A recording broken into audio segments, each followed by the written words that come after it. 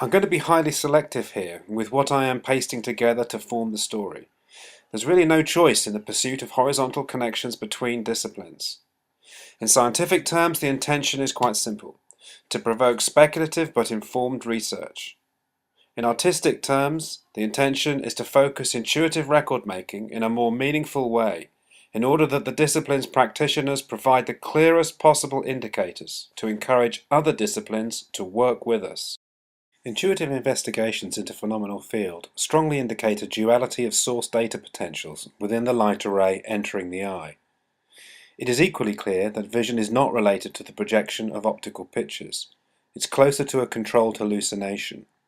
We generate it according to a perceptual structure that we, as a biological system and sentient being, control. Key visual artists have been able to articulate something about the datasets involved in our presentations of phenomenal field and how we deploy them through their intuitive records or images. Paintings actually constitute the only truly viable record available and are not some vague, peripheral, subjective activity to be discounted. These images establish that vision occurs to us and not our instrumentation. Hence vision is prior to science, as intuitive record is prior to the recordings made from our instrumentation. While some vision scientists have arrived at this order of understanding in their own right, there is actually little appetite to allow the experiential ontology of the visual artists take the lead. If we are going to move our understanding of perceptual structure along, doing so, in my view, is now inevitable and entirely unavoidable. We should collectively start to work on the basis that there is a fundamental duality involved in visual process. It would appear that one of the datasets involved has entirely escaped evaluation by science. Missing it has, at the conceptual level, ensured that instrumentation has not been designed to detect or interface with it, let alone deliver the advantage. The situation is therefore self-perpetuating, a stalemate. However, this dark dataset makes its presence felt in multiple ways, even if only by its absence in mechanical records. There is something missing. Even at a perceptual level, it remained dark and associated with right brain activity, and therefore without a voice or adequate language to describe it. However, it should be possible to trace it back through on a formal basis from the percept, back through the main brain structures, to the eye's receptors.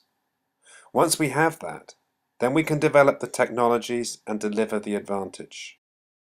At this stage, we should acknowledge that vision is not a one-way process, from receptor to percept.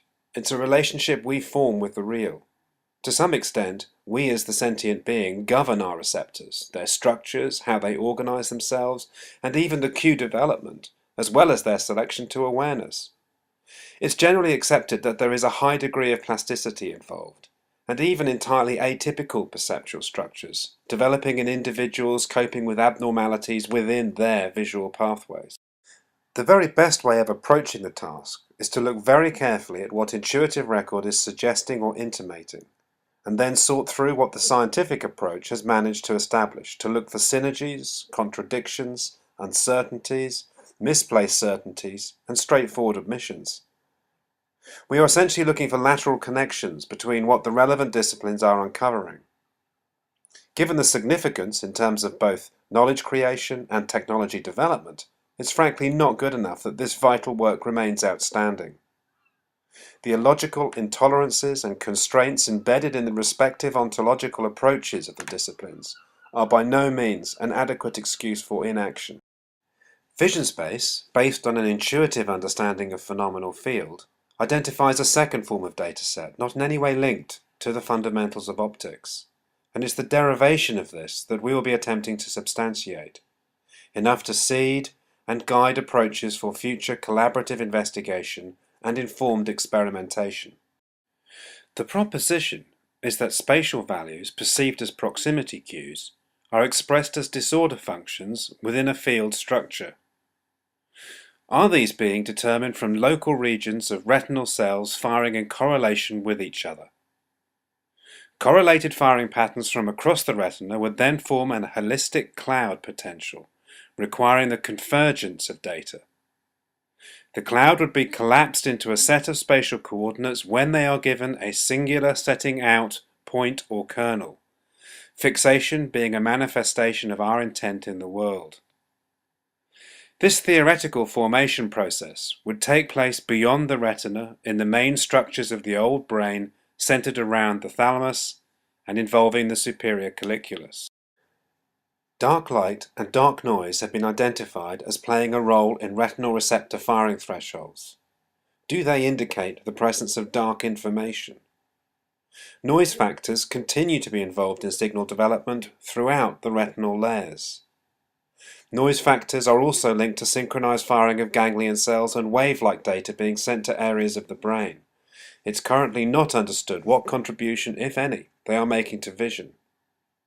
And neuroscience has of course substantiated that the two visual pathways originate at the retina.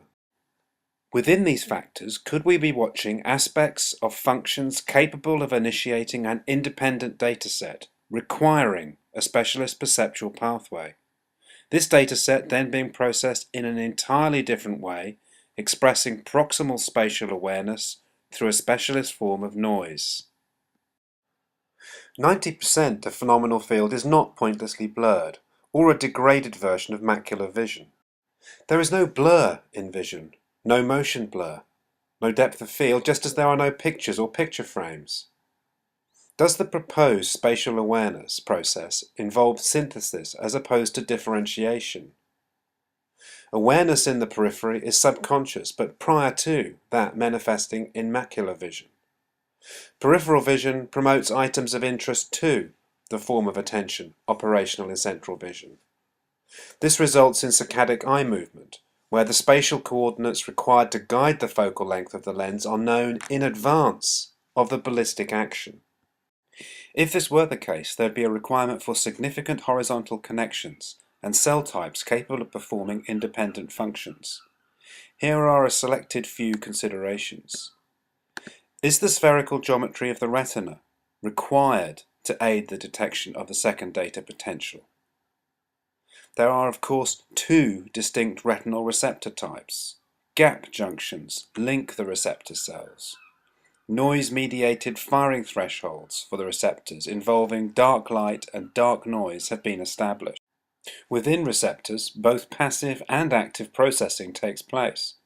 Bipolar cells clearly have a dual data transmission potential.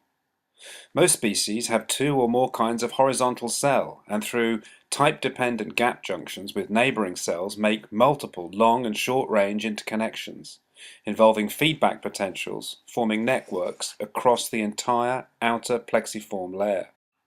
The noise element has been linked to the synchronized or correlated output of retinal ganglion cells that promote wave-like information to specific areas of the brain. Could the wide receptive field type ganglion cells, about which comparatively little is understood, operate in a unique way in support of a separate data potential?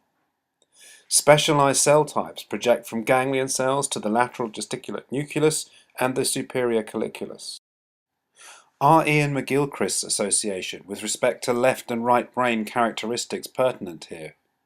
Could they be directly associated with central and peripheral vision, where objective form considerations sit within a specialized field supporting spatial awareness? Intuitive record strongly suggests the match. There are two significant points to bear in mind with respect to initiating incisive experimentation to approach the implicit nature of spatial awareness. Firstly, a reductionist approach to substantiating the implicit field will fail to find anything meaningful.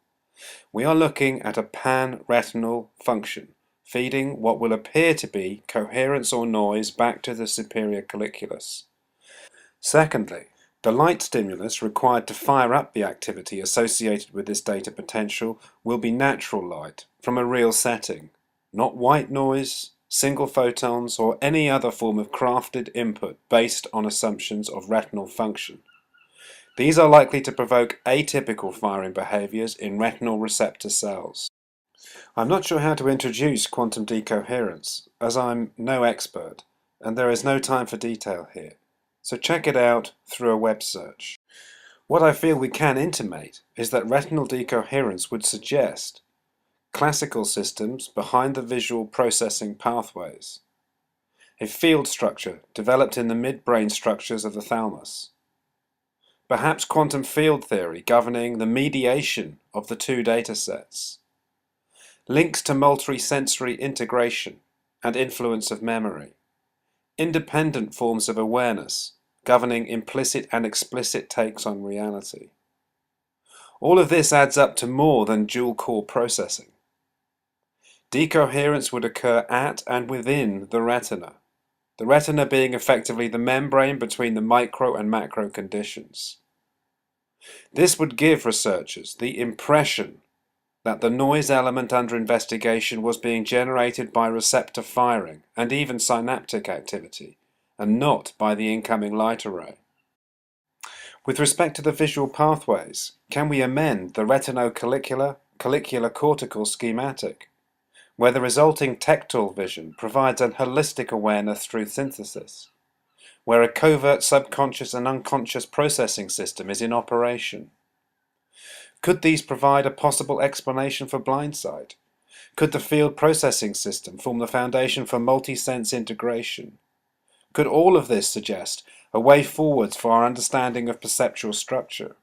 Would this understanding suggest to us what's actually involved in us being objective, at any scale? Would all of this finally re-establish the experiential ontology as the leader in the debate into the nature of reality?